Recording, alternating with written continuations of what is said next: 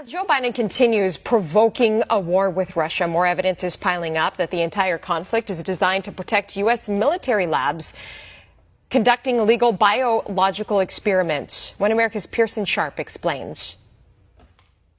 For most of us Americans, the so-called war in Ukraine doesn't make a lot of sense. But when you start to dig under the surface, under the slick media propaganda promoting war and destruction, then you'll understand why our leaders are pushing America to kick off World War III. To put it simply, Ukraine is the deep state. I don't mean it's a part of it. I mean it is the deep state.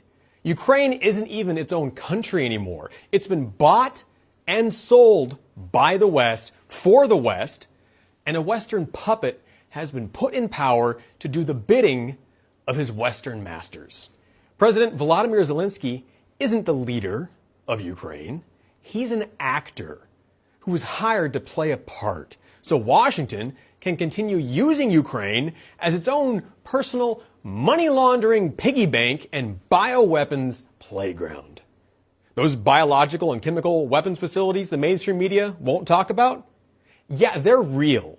And there's a good chance they were even instrumental in cooking up COVID-19.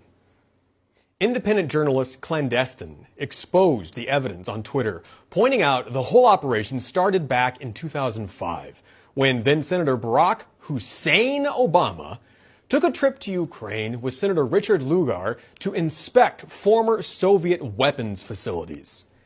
In reality, the U.S. was taking control of these top-secret bioweapons facilities, complete with a fully stocked arsenal of the deadliest nuclear and chemical weapons on the planet.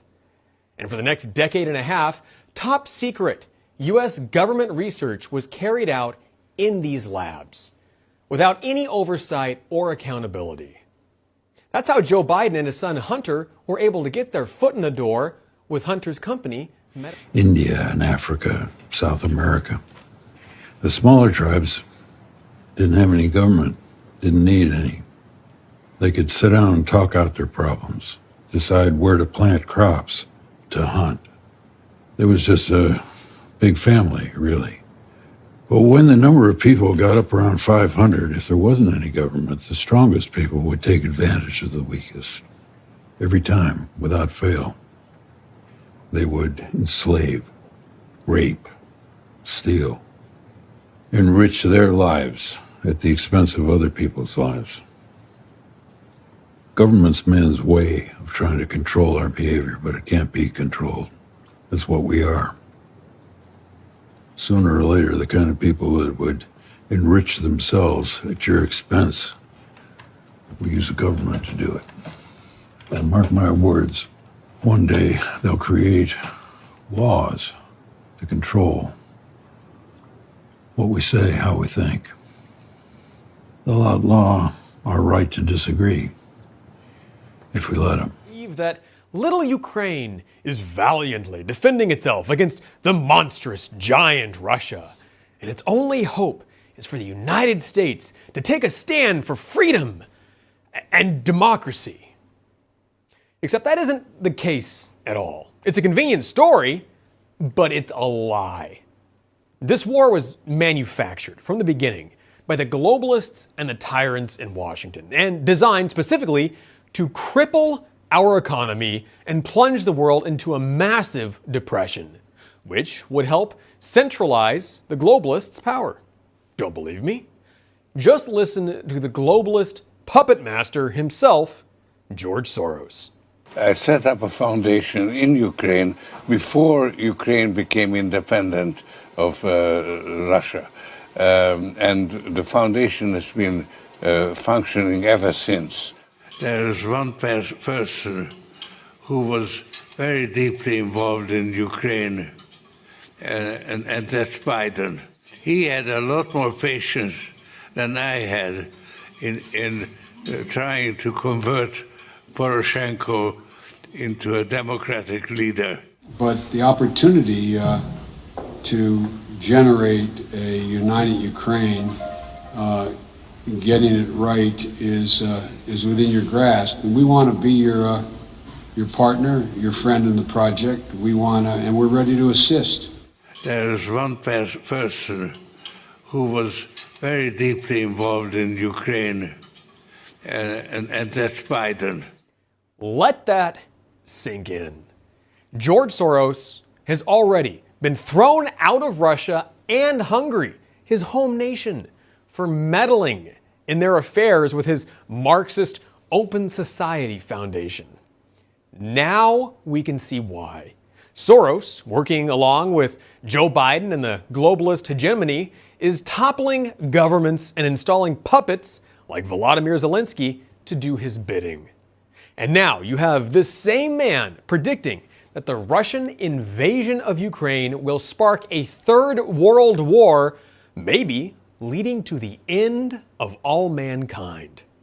Joe Biden followed that up by warning we've never been closer to nuclear Armageddon than we are today. Are you paying attention?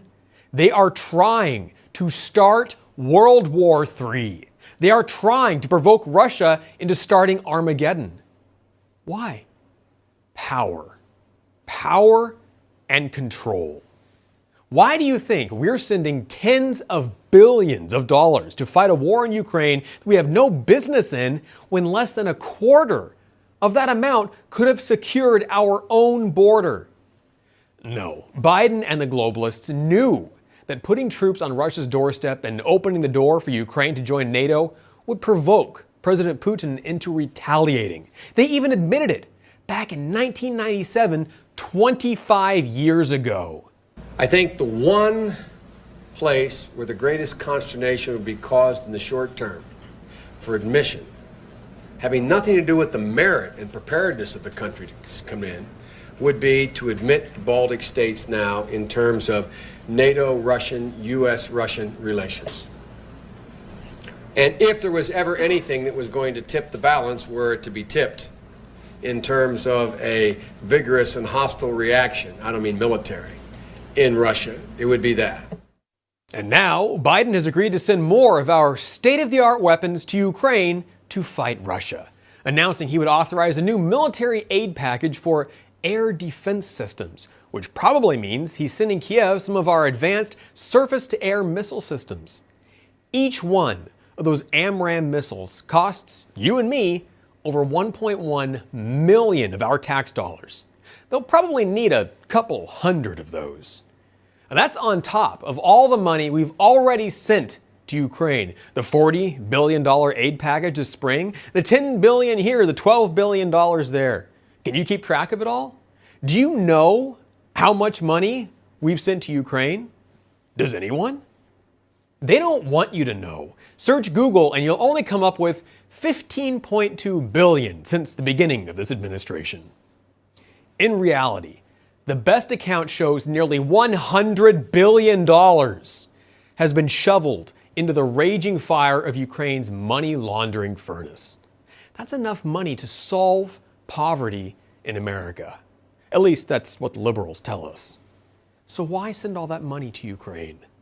Well, Ukraine was at the center of a massive child sex trafficking ring a few years ago. Gotta keep that quiet. And Hunter Biden has worked closely with some of the major criminal organizations in Ukraine, including Burisma. And now, the Department of Defense and Hunter Biden's firm, Rosemont Seneca, have been caught funding biolabs in Ukraine doing research on the COVID-19 virus 3 months before COVID was officially released. Are you getting the picture?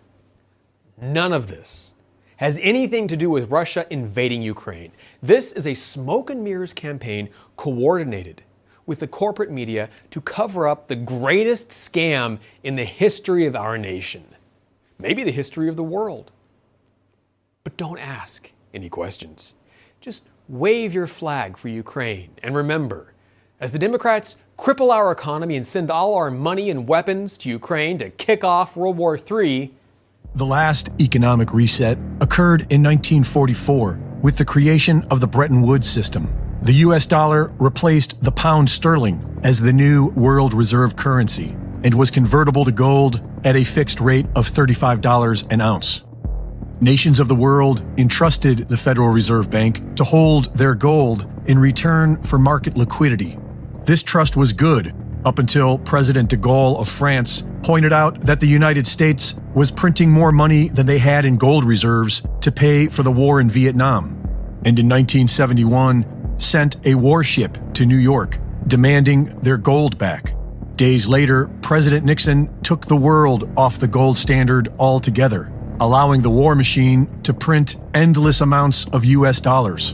In 1974, the United States offers use of its war machine to Saudi Arabia in return for their oil to be sold exclusively with US dollars. This becomes known as the petrodollar and ushers in a new era of endless warfare. Andy Schechtman of Miles Franklin has been trading precious metals for over 30 years and lays out the evidence that the world is going back to a gold standard. In 2017, Germany's Bundesbank made headlines when they demanded the return of their physical gold by 2020. Within weeks, the Bank of Austria, the Bank of Hungary, the Bank of Turkey, the Czech National Bank, and the Bank of Poland all quietly began repatriating their gold as well and began buying more. These banks bought more in 2018 than they had bought in the last 60 years combined, and they doubled that the next year. In 2019, the Bank for International Settlements classifies gold as a Tier 1 reserve, rivaling the US dollar for the first time in 80 years. In 2020, the International Monetary Fund publicly announces a shift towards a new system to replace Bretton Woods. Also that year, a new major buyer suddenly appears, anonymously labeled as Other, and begins draining the COMEX and London Metals Exchange of precious metals to an extent never seen before. In August of 2021, Saudi Arabia signs a military cooperation agreement with Russia, directly challenging the US petrodollar agreement.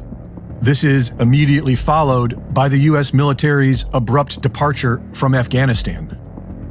In 2022, Russian banks were removed from the SWIFT system. This weaponization of the banking system inspired a massive sell-off of US treasuries, as Russia and China announce a new commodity-backed world reserve currency. Nigeria, Saudi Arabia, and Iran begin selling oil to China for bonds that are immediately convertible to gold. BRICS membership is now nearing 90% of the world population, and all these countries are dramatically expanding their gold reserves. China's Belt and Road Initiative is moving towards connecting nearly 3/4 of the world population into its centralized system with the digital Chinese yuan. And the US government is left holding a bill they can't pay and a war machine they can't afford. The US Mint is making it difficult for citizens to buy gold and silver, as if they want everyone at their mercy when it all goes to zero. Their only solution seems to be total control. This is at least one of the reasons why Elon's Twitter files are spread out like a Netflix series, to keep Americans busy while their entire life savings are swiftly turned to zero. India and Africa, South America. The smaller tribes didn't have any government, didn't need any. They could sit down and talk out their problems, decide where to plant crops, to hunt. It was just a big family, really. But when the number of people got up around 500, if there wasn't any government, the strongest people would take advantage of the weakest. Every time, without fail. They would enslave, rape, steal, enrich their lives at the expense of other people's lives. Government's man's way of trying to control our behavior, but it can't be controlled. That's what we are.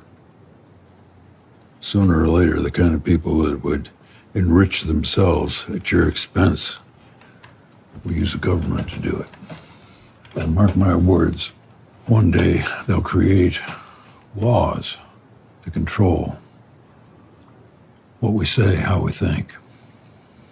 They'll outlaw our right to disagree if we let them.